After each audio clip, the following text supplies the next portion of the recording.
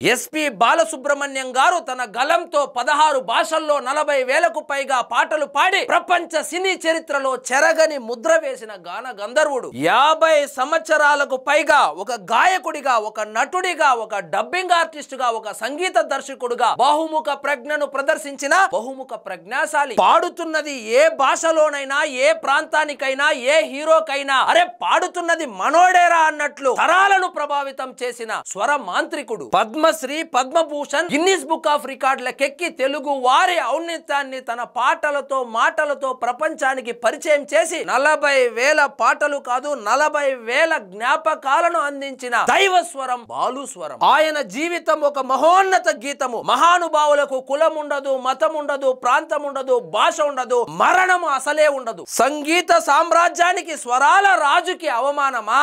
అపచారం, అపచారం. ఆయన విగ్రహానికి ఆటంకమా? తప్పు కదా.